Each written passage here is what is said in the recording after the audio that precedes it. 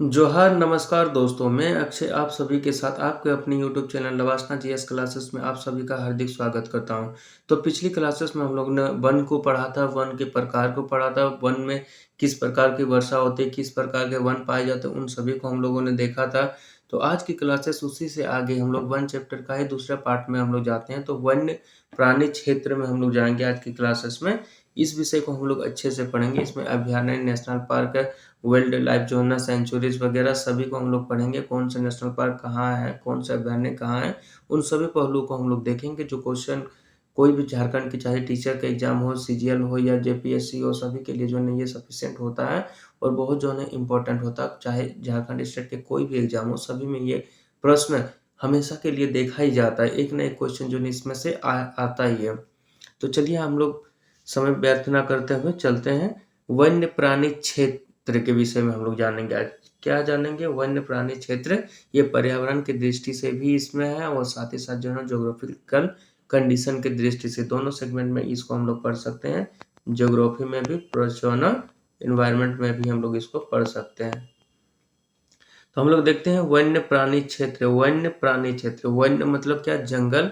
जंगल में रहने वाले जो प्राणी होते हैं उनको जो ना क्षेत्र, उनके आवास के विषय में हम लोग जानेंगे। तो देखते हैं झारखंड में अनेक वन्य प्राणी क्षेत्र स्थापित किए गए। अगर झारखंड की बात की जाए तो झारखंड में जो है अनेक वन्य प्राणी, जहाँ पे जो है जंगलों में कौन रहते हैं? वन्य जीव जंतु रहते हैं। ठीक है, प्राणी रहते हैं, जीव जंतु रहते हैं। उनके लिए जो ना क्षेत्र स्थापित किए गए, उन उसके विषय में हम लोग देखते हैं। तो इस प्रकार के झारखंड में देखें तो झारखंड जानते हैं हम लोग जो ना ट्राइबल ट्राइबल वाला एरिया है, जनजाति वाला क्षेत्र है, जिसके कारण जो ना यहाँ के पशुओं एवं जो ना आदमियों को रहने के लिए जो ना कुछ क्षेत्र जो ना दिए गए हैं। तो उसी के विषय में हम लोग देखते हैं, जिसका उद्देश्य, अगर उसके उद्देश्य की बात की जाए तो वन्य प्राणियों की जो ना संरक्षण देना। वन्य प्राणी यानी जो जंगलों में रहते हैं उसको जो ना वन्य प्राणी कहा गया है। उनको जो ना सिर्फ और सिर्फ जो ना इस तरह जो ना वन्य प्राणी क्षेत्र स्थापित जो किया जाता है, इसका मेनली मकसद अगर देखा जाए तो इनको जो ना संरक्षण प्रदान करना होता है। वन्य जीवों को क्या करना रहता है? संरक्षण प्रदान करना ही मेनली इसका उद्देश्य रहता है। प्रकृति के साथ जो ना संतुलन बनाए रखना और साथ ही साथ जो ना प्रकृति जो हमारा है, हमारा जो ना नेचर है, नेचर के साथ क्या करना है?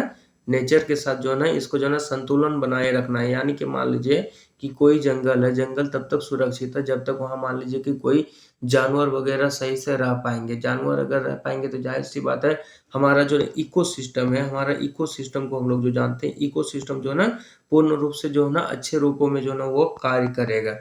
ठीक है, यानी जानवरों का रहना जरूरी है। इकोसिस्टम का मतलब यह है, जैसे मान लीजिए किसी जंगल में अगर शेर है तो शेर क्या खाता है? शेर जो है मांस को खाता है। शेर किसका मांस खाएगा?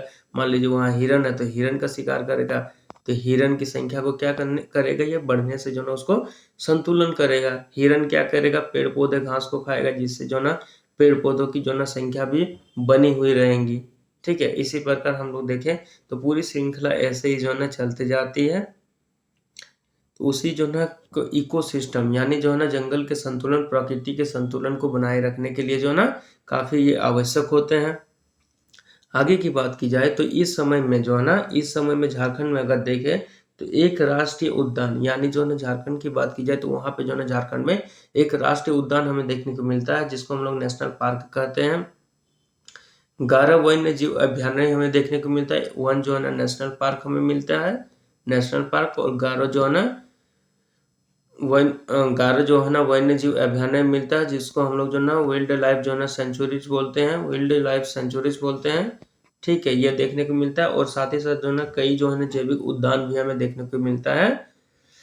ठीक, आइए हम लोग देखते हैं राष्ट्रीय उद्यान। राष्ट्रीय उद्यान में जो ना नेशनल पार्क का नाम आता है बेतला राष्ट्रीय उद्यान। ये जो है ना इंडिया के जो ना कोई भी एग्जाम आता है, पीसीएस हो या कुछ भी एग्जाम हो, उसमें जो है ना इसका जो ना जिक्र किया जाता है, क्योंकि ये जो ना नेशनल लेवल पे है। नेशनल लेवल का मतलब है कि ये पूरे के पूरे जो ना इंडिया को रिप्रेजेंट करता है, इंडिया को जो ना ये रिप्रेजेंट करता है। तो झारखंड का एकमात्र अगर राष्ट्रीय उद्यान की बात की जाए तो वो कौन है? बेतला राष्ट्रीय उद्यान है। ठीक है, तो बेतला नेशनल पार्क जो है ना एकमात्र है। अगर इसकी जो है ना स्थापना की बात की जाए, बेतला नेशनल पार्क की स्थापना की बात की जाए तो इसकी स्थापना हम लोग देखते हैं कब हुआ है ना, सितंबर 1986 ईस्वी में इसकी स्थापना हुआ, जो कि लातेहार जिला में ये स्थित है।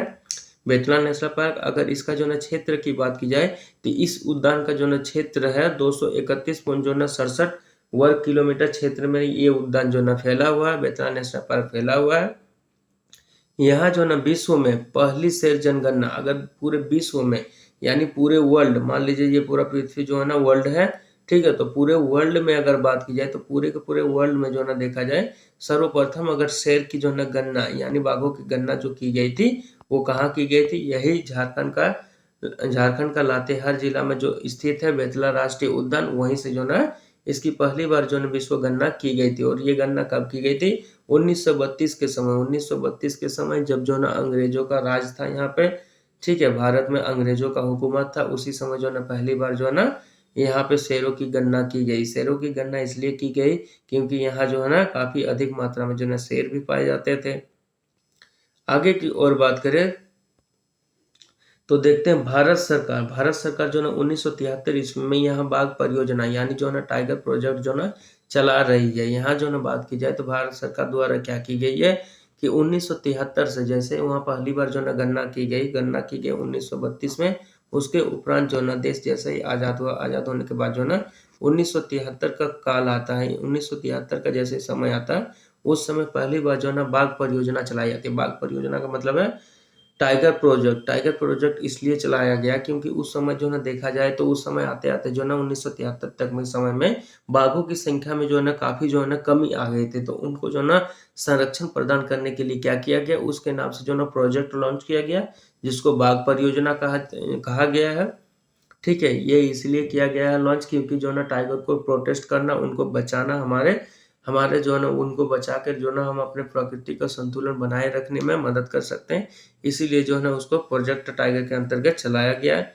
इस राष्ट्रीय उद्यान में अगर जो है ना बेतला नेशनल पार्क की बात की जाए तो इस राष्ट्रीय उद्यान में हमें कौन-कौन से जो है ना पशु देखने को मिलता है, तो हाथी देखने को मिलता है, बाघ देखने को मिलता है, शेर देखने को मिलेगा, तेंदुआ देखने को मिलेगा, जंगली सुअर देखने को मिलेगा, चीतल देखने को मिलेगा, सांभर देखने को मिलेगा, गौर देखने को मिलेगा, चिंकारा देखने को मिलेगा, नीलगाय देखने को मिलेगा, जंगली भालू देखने को मिलेगा, बंदर देखने को मिलेगा, मोर, धनेश, वन मुर्गी आदि अनेक वन्य प्राणी जो है ना ऐसे हैं जिनको जो है ना हम लोग बेतला नेशनल पार्क जाकर जो है ना हम लोग देख सकते हैं। आगे की ओर हम लोग जैसे बढ़ते हैं तो अब देखते हैं वन्य जीव अभयारण्य की बात करता है। तो यहाँ पे हम लोगों ने देखा कि एक राष्ट्रीय उद्यान यानी एक ही जो है ना नेशनल लेवल पे जो है ना रिप्रेजेंट करने वाला जो है ना नेशनल पार्क है बेतला नेशनल पार्क, और 11 जो है ना अन्य हम लोग क्या देखेंगे, 11 अन्य जो है ना वन्य जीव अभयारण्य को देखेंगे। तो अब आते हैं वन्य जीव अभयारण्य में आते हैं जिसको हम लोग जो है ना वाइल्ड लाइफ जो है ना सेंचुरीज बोलते हैं, या तो फिर आश्रयनी भी बोलते हैं और शरण स्थली भी बोलते हैं। तो झारखंड में अभी तक जो है ना कुल बात की जाए तो 11 जो है ना वन्य जीव अभयारण्य जो है ना स्थापित किए गए हैं। झारखंड में कितने वन्य जीव अभयारण्य हैं, ये भी क्वेश्चन डायरेक्टली पूछा जा सकता है। तो 11 वन्य जीव अभयारण्य हैं। और राष्ट्रीय नेशनल पार्क की बात की जाए तो एकमात्र एक है जिसका नाम जो है ना बेतला राष्ट्रीय उद्यान है। इसकी स्थापना कब की गई थी, ये भी क्वेश्चन में पूछा जा सकता है। तो 1986 में इसकी जो है ना स्थापना की गई थी। और पहली बार अगर गणना की बात की जाए तो 1932 में जो है ना इसको जो है ना गणना की गई थी। और कौन से जिले में है, तो लातेहार जिले में है। इसकी जो है ना उद्यान की जो है ना क्षेत्रफल कितना है, तो 231.67 जो है ना वर्ग किलोमीटर है। ये सभी क्वेश्चन जो है ना इससे रिलेटेड बनाए जा सकते हैं, ठीक है। और जो ना भारत सरकार द्वारा पहली बार जो है ना बाघ परियोजना कब चलाया गया, तो 1973 में चलाया गया। ये भी क्वेश्चन बन सकता है। और साथ ही साथ क्वेश्चन ये भी बनेगा कि जो ना बेतला राष्ट्रीय उद्यान में कौन-कौन से जानवर पाए जाते हैं, जंगली जानवर जो है ना पाए जाते हैं, तो हाथी, बाघ, शेर, जंतु इन सभी को जो ना हमें याद रखना है। तो झारखंड में अभी जो है ना तक जो है ना कुल 11 वन्य जीव अभयारण्य हैं, ठीक है, जिनका जो है ना संक्षिप्त विवरण हम लोग निम्नलिखित तालिका में देखेंगे। जिसका जो है ना 11 जो है ना अभयारण्य है उसको जो है ना हम लोग निम्नलिखित तालिका यानी इसके नीचे जो तालिका दी गई उसमें हम लोग देखते हैं कौन से जगह पे जो है ना कौन से डिस्ट्रिक्ट में कौन-कौन से जो है ना अभयारण्य पाए जाते हैं और उन अभयारण्य में जो है ना कि उसका क्षेत्रफल कितना है और साथ ही साथ जो है ना उनमें कौन-कौन से पशु जीव-जंतु पाए जाते हैं, उन सभी को हम लोग देखते हैं। तो आइए हम लोग बात करते हैं पलामू अभयारण्य की बात करें, तो पलामू अभयारण्य में हम लोग देखते हैं क्या देखने को मिलता है। तो हम लोग जैसे प्रवेश करते हैं देखते हैं पलामू अभयारण्य का नाम आता है। तो अभयारण्य का नाम 11 जो अभयारण्य है उसके जो हम लोग देखेंगे इसकी स्थापना, इस अभयारण्य की स्थापना कब की गई उसको देखेंगे।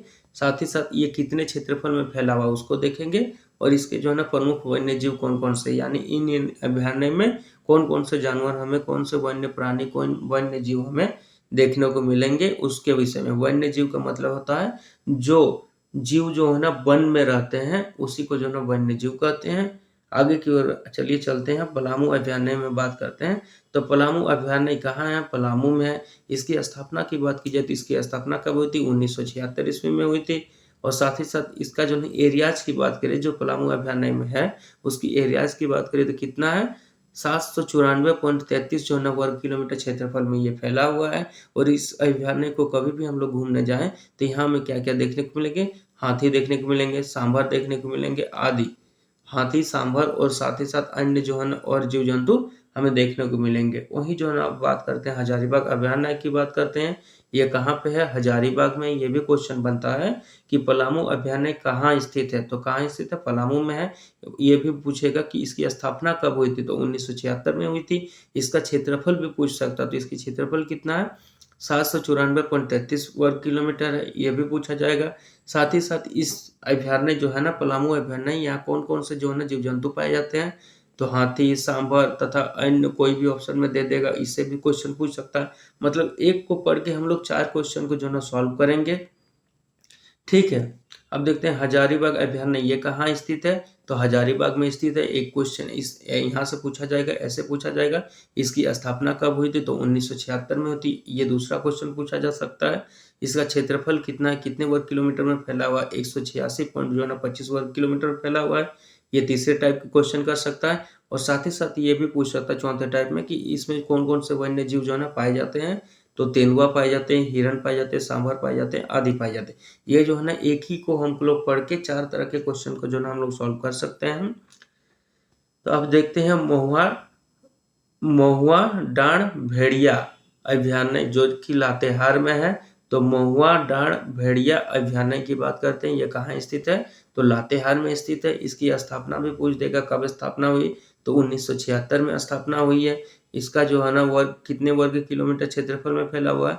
तो 63.25 वर्ग किलोमीटर में फैला हुआ है। इसमें कौन-कौन से जो है ना जानवर पाए जाते हैं, वन्य जीव पाए जाते हैं?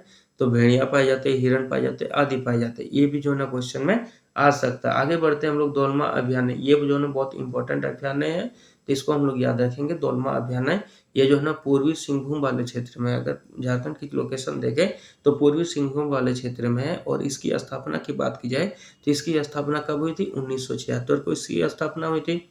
ये क्वेश्चन हो सकता है। और ये दोलमा अभयारण्य कहाँ स्थित है? पूर्वी सिंहभूम में स्थित है। ये दूसरा क्वेश्चन हो सकता है। और इसका क्षेत्रफल कितना में फैला हुआ है? 193.22 जो है ना वर्ग किलोमीटर में फैला हुआ है। तीसरा क्वेश्चन हो सकता है। और ये जो है ना दोलमा अभयारण्य जो बनाया गया, इसमें कौन-कौन से वन्य जीव जो है ना पाए जाते हैं? ये भी पूछा जा सकता है। तो ये मोस्टली देखा जाए तो इसमें हाथी के संरक्षण के लिए जो है ना ये अभयारण्य बनाई गई है। तो इसमें मुख्य रूप से जो है ना हाथी देखने को मिल जाएगा। हमें कभी भी आप लोग जा सकते हैं, बहुत दूर नहीं है। ये कभी भी जाके इस जगह को जो है ना पर्यटन के हिसाब से देख के तो यहाँ जो है ना हम लोग घूम सकते हैं। और घूम के जो है ना इस लोकेशन का जो है ना प्रकृति का हम लोग एंजॉय कर सकते हैं। तेंदुआ, हिरण आदि ये सभी जो है ना हमें जो है ना यहाँ देखने को मिल जाएंगे। अब बात करते हैं, आगे चलते हैं तोपचाची अभयारण्य की बात करते हैं। तो ये कहाँ पे है? धनबाद में स्थित है।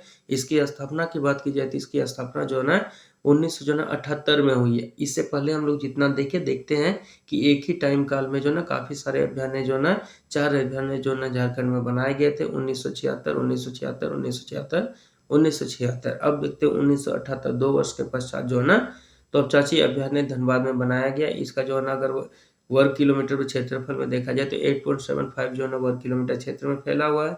यहाँ पे जो है ना तेंदुआ हमें देखने को मिलेगा, हिरन देखने को मिलेगा, जंगली भालू देखने को मिलेगा, आदि हमें देखने को मिल जाएंगे। और वैसे ही हम लोग छठे नंबर पे जो पहुँचते हैं, छठा अभयारण्य में देखें तो लावालौंग अभयारण्य का नाम आता है। लावालौंग अभयारण्य कहाँ स्थित है? तो चतरा में स्थित है। पहला क्वेश्चन। इसकी स्थापना कब हुई थी? 1978 में हुई थी। दूसरा क्वेश्चन, ये कितने वर्ग किलोमीटर क्षेत्र में फैला हुआ है? 207 वर्ग किलोमीटर क्षेत्र में फैला हुआ है। तीसरा क्वेश्चन, यहाँ कौन-कौन से जो है ना वन्य जीव पाए जाते हैं? बाघ, तेंदुआ, नीलगाय, हिरण, सांभर आदि। ये चौथा क्वेश्चन। सातवें अभयारण्य के में देखें तो हम लोग को देखते हैं पारसनाथ अभयारण्य के विषय में हम लोग देखने को मिलते हैं। तो पारसनाथ अभयारण्य जानते हैं हम लोग, पारसनाथ पहाड़ और जो है ना पार्श्वनाथ को ज्ञान की प्राप्ति, जो 23वें जैन तीर्थकर थे उनको जो है यहीं से जो है ज्ञान की प्राप्ति हुई थी। पार्श्वनाथ पहाड़ पे सोमेध शिखर पे जो है इनको ज्ञान की प्राप्ति हुई थी। तो ये कौन से डिस्ट्रिक्ट में पड़ता है? गिरिडीह डिस्ट्रिक्ट में पड़ता है। तो पारसनाथ अभयारण्य बहुत इंपॉर्टेंट है, इसे भी याद रखिएगा क्योंकि ये जैन धर्म से रिलेटेड है, इसलिए ये जो है ज़्यादा इंपॉर्टेंट रखता है। तो इसकी स्थापना की बात की जाए तो इसकी स्थापना जो है 1981 ईस्वी में हुई थी। और अगर इसकी वर्ग कितना वर्ग किलोमीटर क्षेत्र में फैला हुआ है तो ये जो ना 49.33 वर्ग किलोमीटर क्षेत्र में ये फैला हुआ है। अगर इसकी बात की जाए तो ये इसमें कौन कौन से वन्य जीव पाए जाते हैं? तो तेंदुआ पाए जाते हैं, सांबर पाए जाते हैं, हिरण पाए जाते हैं और नीलगाय यहाँ हमें देखने को मिल जाता है आदि। 8वें नंबर पे हम लोग अभयारण्य की बात करें तो कोडरमा अभयारण्य हमें देखने को मिलता है। इसमें अभयारण्य जो कहाँ है? कोडरमा अभयारण्य कोडरमा है। इसकी स्थापना की बात की जाती है, इसकी स्थापना जो है 1985 ईस्वी में हुई थी।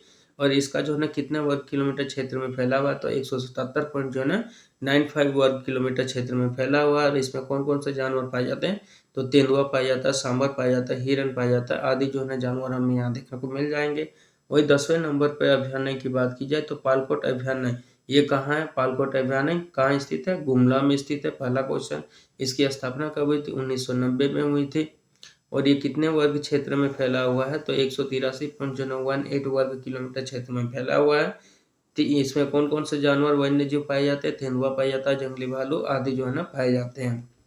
आगे बढ़ते हैं तो देखते हैं उधवा झील जो है उधवा झील, ये कहाँ? उधवा झील पश्चिम बिहार, ये कहाँ स्थित है? साहिबगंज में स्थित है। इसकी स्थापना की बात की जाए तो इसकी स्थापना 1991 में हुई है। और ये जो है 5.65 जो है वर्ग किलोमीटर क्षेत्र में फैला हुआ है। इसमें जो है वन्य जीव कौन कौन से पाए जाते हैं? तो बनकर पाया जाता है, जलकौवा पाया जाता है, बटान पाया जाता है, खंजन पाया जाता है और जो है किंगफिशर आदि जो है यहाँ पे पाए जाते हैं। अब आगे हम लोग जैसे देखते हैं गारवे अभयारण्य में देखते हैं तो गारवे में क्या दिया गया है? तो गारवा अभयारण्य में हम लोग देखते हैं, इसमें बताया गया है 11वें नंबर पे क्या देखते हैं अभयारण्य में? तो देखते हैं राजमहल पक्षी विहार जो है राजमहल पक्षी विहार अभयारण्य, ये कहाँ स्थित है? तो साहिबगंज में स्थित है। साहिबगंज में ये भी स्थित था उधवा झील पक्षी विहार, ये भी स्थित है। इसकी स्थापना की बात की जाए तो राजमहल पक्षी विहार की स्थापना, इसकी भी स्थापना 1991 में ही बताया है, ठीक है। और इसका जो है कितना वर्ग किलोमीटर क्षेत्र में फैला हुआ? तो 6.65 जो है वर्ग किलोमीटर क्षेत्र में फैला हुआ है। इसमें कौन कौन से जो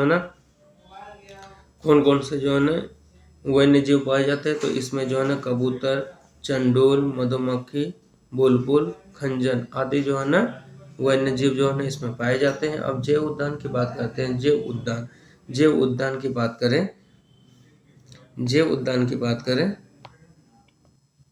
अब हम लोग आगे की ओर बढ़ते हैं तो जैविक उद्यान के विषय में हम लोग देखते हैं। तो जैविक उद्यान क्या है, इसके विषय में हम लोग देखते हैं। जैविक उद्यान, इसका मतलब होता है जैविक मतलब क्या? ऑर्गेनिक। जैविक मतलब होता है ऑर्गेनिक और उद्यान का मतलब क्या होता है? गार्डन। तो जैविक जो है गार्डन के विषय में हम लोग देखेंगे। ORGANIC ऑर्गेनिक और गार्डन, ठीक है। तो इसके विषय में हम लोग देखते हैं तो झारखंड क्षेत्र में स्थापित जैविक उद्यान, जो झारखंड में स्थापित जैविक उद्यान है वो इस प्रकार दिए गए हैं, यानी कि यहाँ जो बताए गए हैं इस प्रकार जो इस उद्यानों के विषय में दिया गया है जैविक उद्यान के विषय में। तो देखते हैं बिरसा भगवान जैविक उद्यान, ये जो बिरसा मुंडा के नाम पे इसे रखा गया। तो बिरसा भगवान जैविक उद्यान ये कहाँ हमें देखने को मिलता है? ओरमांझी, जो रांची के निकट ही पड़ता है। रांची में जो ओरमांझी पड़ता है वहाँ पे हमें देखने को मिल जाएगा। बिरसा भगवान जैविक उद्यान कहाँ स्थित है? एक क्वेश्चन ऐसे बन जाएगा। ये ओरमांझी रांची में स्थित है। और इसकी स्थापना कहाँ हुई थी, कब हुई थी?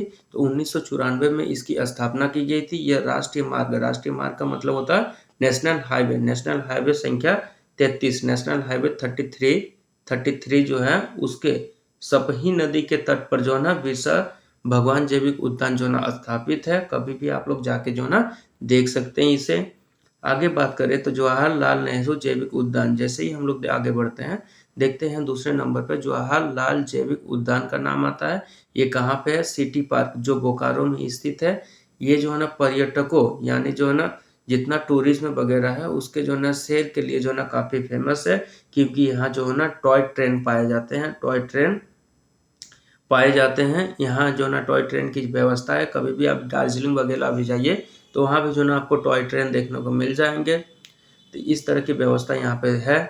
आगे बढ़ते हैं तो देखते हैं मगर प्रजनन केंद्र। मगर प्रजनन केंद्र के विषय में हम लोग को देखने को मिलता है और ये कहाँ स्थित है, रुक्का रांची। अगर कभी भी पूछा जाए कि मगर प्रजनन केंद्र जैविक उद्यान कहाँ स्थित है, तो ये रुक्का रांची में स्थित है। और इसको ये बहुत ज़्यादा इम्पोर्टेंट है क्योंकि इसको जो ना IUCN प्रोग्राम के तहत, यानी इसको जो है ना IUCN प्रोग्राम के तहत 1987 में स्थापित किया गया है। इसका मतलब है कि IUCN जो बताया गया है, इसका मतलब हो जाता है कि ये जो है ना द इंटरनेशनल यूनियन, इसका मतलब हो जाता है कि I फॉर क्या हो जाता है, I फॉर जो है ना इंटरनेशनल हो जाता है, इंटरनेशनल।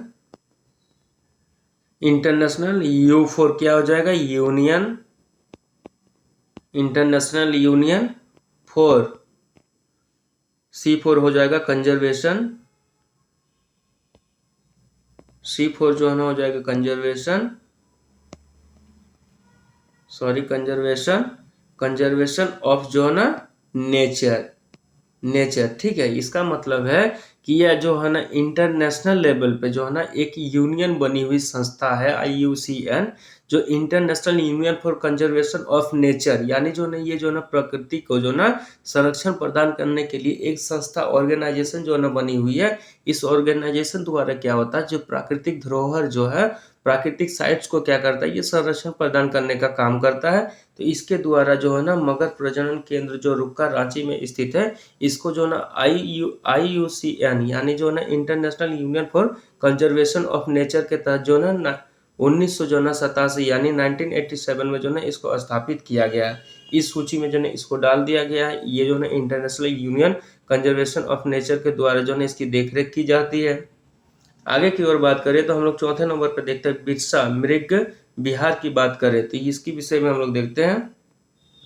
तो बिरसा मृग विहार ये कहाँ पे स्थित है, तो कालामाटी, जो रांची में कालामाटी है वहीं पे ही स्थित है। और इसमें जो है ना सांभर व जो है ना चीतर के जो है ना संरक्षण हेतु जो है इसकी स्थापना की गई है। यानी यहाँ पे सांभर और जो है ना चीतर जैसे वन्य जीव जो है उसको जो है ना संरक्षण प्रदान किया गया है। आगे हम लोग बात करें तो वन्य क्षेत्र संबंधी विविध तथ्य। वन्य जो है ना क्षेत्र, प्राणी जो है ना क्षेत्र, उससे जो ना संबंधित तथ्य, उन सभी को हम लोग देख लेते हैं। फिर उसके बाद जो है ना ये भी हमारा बायो रिजर्व जो है ना पूरा कंप्लीट हो जाएगा, बायोस्फीयर वाला। आगे हम लोग देखते हैं अभ्यारण्य में केवल जो है ना अभ्यारण्य की बात की जाए, जो 11 अभ्यारण्य हम लोग देखें, इन 11 अभ्यारण्य में अगर बात की जाए तो पलामू अभ्यारण्य ही एक ऐसा अभ्यारण्य है जो राष्ट्रीय स्तर का है। यानी जो ना ये जो ना अगर हम लोग कभी आगे आगे जो अगर नेशनल सूची में डालना चाहे, इंडिया का सूची में डालना चाहे, तो ये जो ना पलामू अभ्यारण्य ही एकमात्र ऐसा अभ्यारण्य है जो आगे चल के ये राष्ट्रीय सूची में राष्ट्रीय सूची में जो है ना ये शामिल हो सकता है। और बाकी जो ना शेष जितने भी 10 बच जा रहे हैं अभ्यारण्य, वो सभी जो ना राज्य स्तर के हैं। राष्ट्रीय स्तर का होने का मतलब है कि कुछ उस विशेष प्रकार के जो है ना वन्य प्राणी वहाँ पाए जाते हो, जो भारत से जो है ना या तो फिर दुनिया से जो है ना धीरे धीरे लुप्त के कगार पे है। और साथ ही साथ उसका जो है ना कितना क्षेत्रफल देखा जाए तो उस रिजर्व एरिया का जो है ना कितना क्षेत्रफल में वो फैला हुआ है, ये भी काफ़ी मैटर करता है। और साथ ही साथ वहाँ पे कौन सा जो है ना जानवर पाए जाते हैं, वन्य जीव पाए जाते हैं, ये भी काफ़ी मैटर करता है। उसी के तहत जो है ना उसको जो है ना राष्ट्रीय स्तर का या तो फिर राज्य स्तर का जो है ना दर्जा दिया जाता है। तो आगे हम लोग देखते हैं दोलमा वन्य जीव अभ्यारण्य, जो कि हाथी परियोजना एलिफेंट जो ना प्रोजेक्ट एलिफेंट की शुरुआत यहीं से की गई थी। और उसके लिए दोलमा पहाड़ जो है ना काफ़ी ज़्यादा फेमस है। वहाँ आप लोग सुनते भी होंगे कि वहाँ जो ना आसपास के जो रहने वाले जो गांव होते हैं, उन गांवों में क्या क्या करते हैं कि हाथियों का कभी आतंक देखने को मिलता है, जिसको जो हम लोग डिजास्टर में भी पढ़ेंगे। झारखंड के जो डिजास्टर वाला पार्ट है उसमें भी हम लोग देखेंगे कि डिजास्टर में झारखंड में जो ना रांची वगैरह जो रांची सॉरी ये जो हाथी वगैरह ये किस प्रकार जो है ना आपदा को जो है ना जन्म देते हैं, किस प्रकार जो है ये गाँव में जाते हैं, किस प्रकार जो है ना लोगों के जो ना फसल एवं घरों को जो ना ये तोड़ने का कर्म करते हैं। तो आगे की ओर हम लोग देखेंगे। अभी फिर हम लोग आगे बढ़ते हैं तो आगे क्या देखते हैं, अब आगे देखते हैं तोपचाची अभ्यारण्य के विषय में देखते हैं। तो तोपचाची अभ्यारण्य में आगे हम लोग जैसे बढ़ते हैं तो आगे हम लोग अब देखते हैं तोपचाची अभ्यारण्य के विषय में देखते हैं। इसके विषय में ये बताया गया कि मध्य में स्थित झील का नाम हरी पहाड़ी है। तोपचांची झील, तोपचांची अभयारण्य अगर हम लोग कभी भी घूमने जाए तो मान लीजिए ये तोपचांची अभयारण्य है, तो इसके मध्य में देखें तो एक हमें झील देखने को मिलेगा, जिस झील का नाम क्या बताया गया कि हरी पहाड़ी। इस झील का नाम बताया गया हरी पहाड़ी, पहाड़ी। इस झील का जो है ना तोपचांची झील, जिस तोपचांची झील के नाम से भी हम लोग जिसको बोलते हैं वो हरी पहाड़ी, वास्तविक नाम उसका हरी पहाड़ी है उस झील का। आगे बढ़ते हैं तो देखते हैं उधवा झील पक्षी विहार। उधवा झील पक्षी विहार जो हम लोग पढ़े साहिबगंज में जो है, इसकी विशेषता हम लोग देखते हैं कि जाड़े में प्रवासी पक्षी जो है ना शरण लेने आते हैं। इस जो है ना अभयारण्य की विशेषता की बात करें तो ये जो है ना उधवा पक्षी विहार है, यानी जाड़े में, जैसे कि अभी के जाड़े का मौसम है, अक्टूबर जो है ना, अक्टूबर नवंबर दिसंबर जनवरी, इस वाले मौसम में क्या करते हैं प्रवासी पक्षी। प्रवासी पक्षी मतलब है कि वो कहीं अन्य अन्य स्थल पे जो है ना रहने वाले पक्षी है, या तो अन्य देशों के हैं।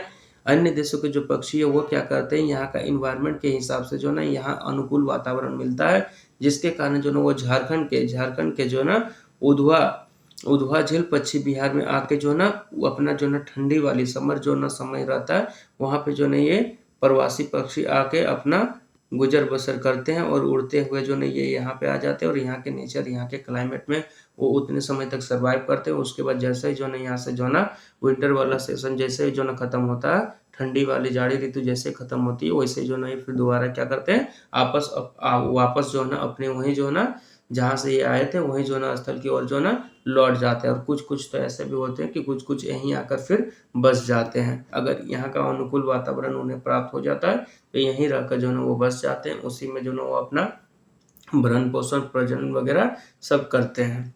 आगे की ओर हम लोग बढ़े तो देखते हैं 26 सितंबर 2001 ईस्वी को जो ना भारत सरकार द्वारा सिंहभूम जिला को जो ना देश का प्रथम जो ना गज आरक्ष्य, यानी जो ना गज गज जो है, ये जो ना गज जो कहा गया प्रथम गज, गज जो है ना ये संस्कृत में हाथी को ही जो ना गज हम लोग बोलते हैं, ये संस्कृत भाषा में है।